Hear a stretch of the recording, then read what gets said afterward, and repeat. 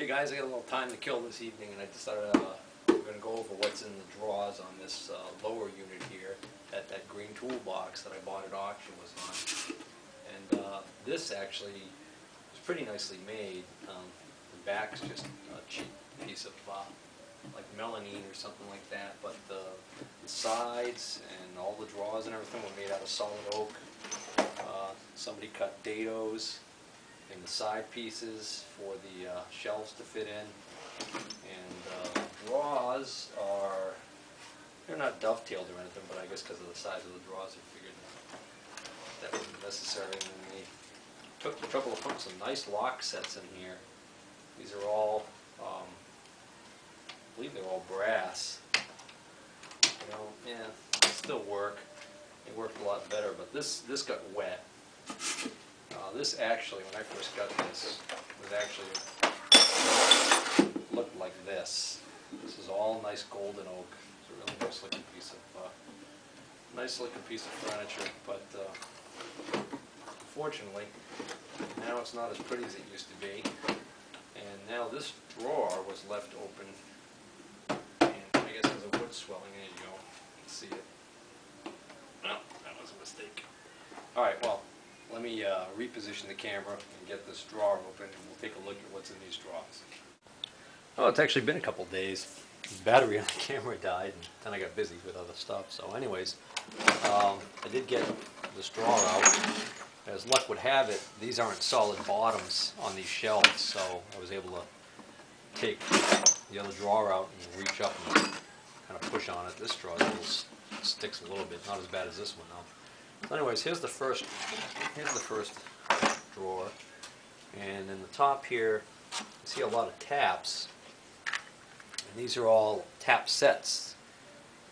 This one is the SW Card Manufacturing Company in Mansfield, Massachusetts, and these look like they were pretty much spared from any of the moisture issues that cause rust on a lot of these parts. These are nice sets because what you've got in here is you've got 3 taps. You've got a tapered tap, I believe that's for like starting, and then you've got another tap for, I believe, finishing, and then you've got a square bottom tap so you can go right down into the bottom of a blind hole. And so these are all for the same size, but you've got a 3 tap set. This particular one is 1/4 inch 20 coarse. Some really small ones in here. And this one here is a really small set. These are 1032. Machine screw taps set. Doesn't say the manufacturer on these. Threadwell Tap and Die, Greenfield, Massachusetts. So I wonder if that's any relation to the Greenfield Tap Company. Same thing, we're going to set. Card taps.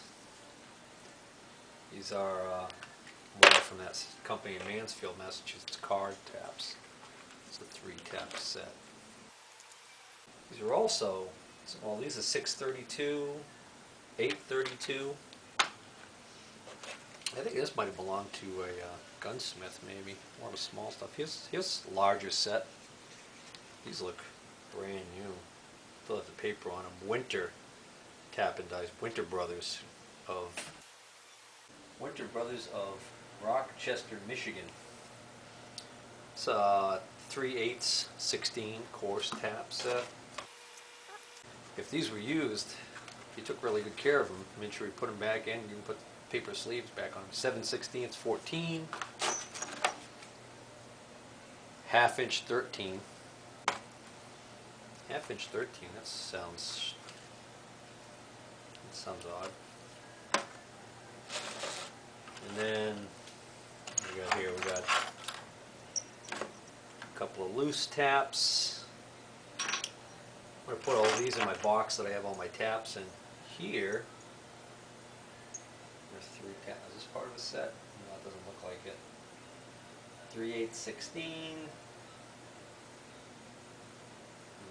Winter Brothers 3/8 16. NC-B. I wonder if that means bottoming tap. These are, yeah, B, the dash B probably means it's a bottoming tap.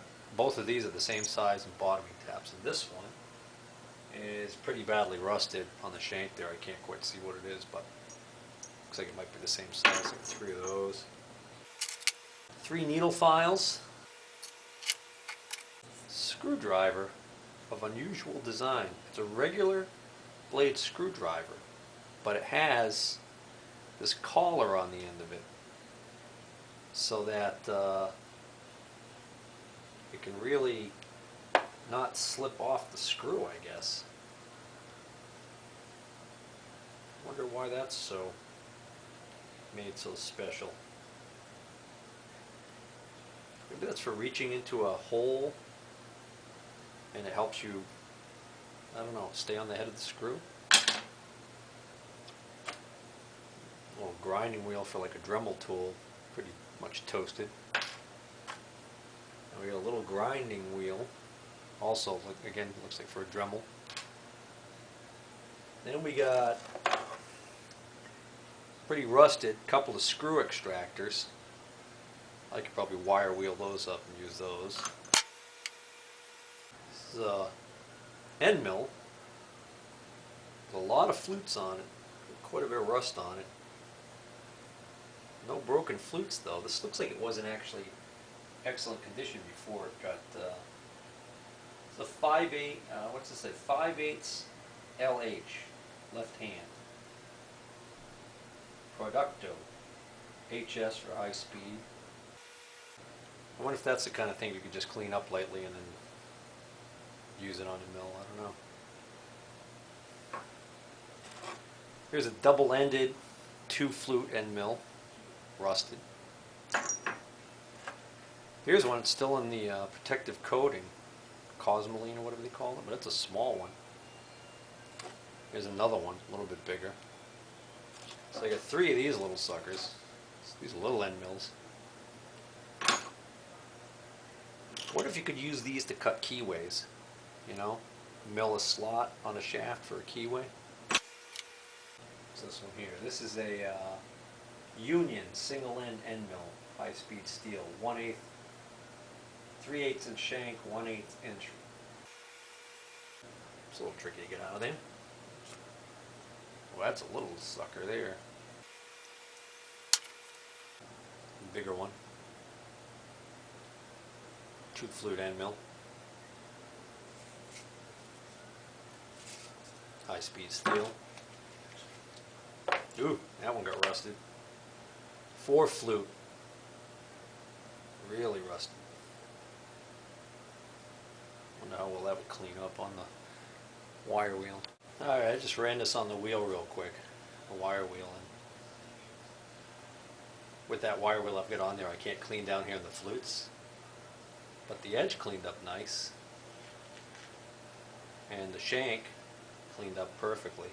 So I don't see why I can't use that. Oh, let's see, that was in here.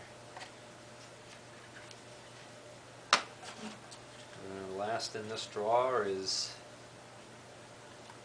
well, now that's interesting. Long spiral end mill, 1/4 inch, single end. But it's got these little metal tabs you got to bend up to get this box to open. Yeah, it's got the same problem. The rust got to that one too. I'll clean that up some other time. Oh, not much to get excited about in the next drawer down. Got a, clearly looks like a wrench for on a lathe. I don't know if there's a maker on this.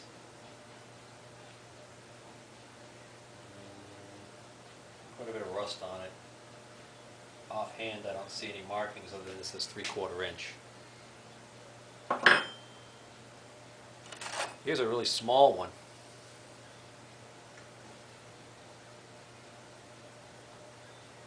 I don't know what size this one is either. Got a feeling he had a pretty small lathe because got that small wrench, right? And then Look at that cutter. It's pretty small.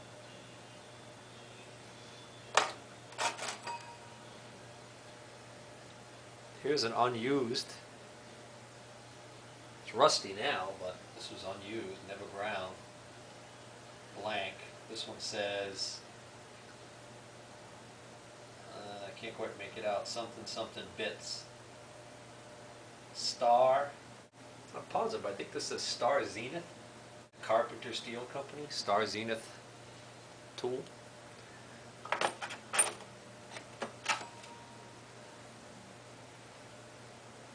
Looks like another piece of tool steel for grinding. This, I remember I took one of these out and cleaned it up and used it as a packing underneath something in a vise. This is the matching one. I actually thought these were parallels, but now I'm beginning to think that maybe this is tool steel for grinding a big bit. The reason why I say that is because, well, on the end here it says E-Rader. E.RADER. So maybe not. But the reason why I thought that is because these two are a matching pair and these look like tool steel, or there are more parallels or that I could use as packings. I don't know what they are, but I could definitely use them for that. This looks like just a rod. It's got a flat ground on it over here so that it could be locked in, but then down this end it's just got a taper on it, ground onto it, or I don't know, awfully rusty now. Here's another one. This one's got a center point on it, like somebody was using this as a dead center or something. Rusty little file. Swiss pattern files, Nicholson, but unfortunately these also had the water get to them. Take these little needle files and stick them in here. There's another one. Somebody turned a little point, recessed the end, and then has a sharp point sticking in there. So again, almost looks like it was a center for a tailstock. And then these, they say Rex alloy tool bits from the Crucible Steel Company of America. It was located in the Chrysler Building, Lexington Avenue, New York. At first glance, if it didn't have this box, I would have thought that maybe these were little parallels or something, or gauge blocks, but they say Rex alloy right on them. So this is a little tool steel right here for grinding tool bits out of, and then you put it on your lathe. And this has already got an angle on it right here. I wonder if this is a parting blade. Yeah, these already both have angles on them. I think these are little parting blades. And then it looks like there's two more still wrapped in the tissue here. Yep, same thing. So much for that. Let's see what's in the next drawer. Ah. This is a large thermometer. Well, I'll tell you, it's not rectal. Let's see, this goes up to 110 degrees Celsius. It's interesting. This is a Fisher catalog number, I can't read it. 0 to 230 degree Fahrenheit, negative 20 to 110 degrees Celsius. Fisher Scientific Company. That was probably an expensive thermometer in its day. I wonder what he would use that for. Tempering and hardening, maybe? You know, measuring the temperature of his quenching material or something? I don't know. several little grinding discs. I mean little grinding wheels. Some say Norton on them. Look at these little wheels. And then a bunch of these small ones here that again look like they're from a Dremel tool. Some are really small. Some have rust on the shanks. And two small stones. This one just says Bay State. It's got a number on it. These are very light, whatever this material is.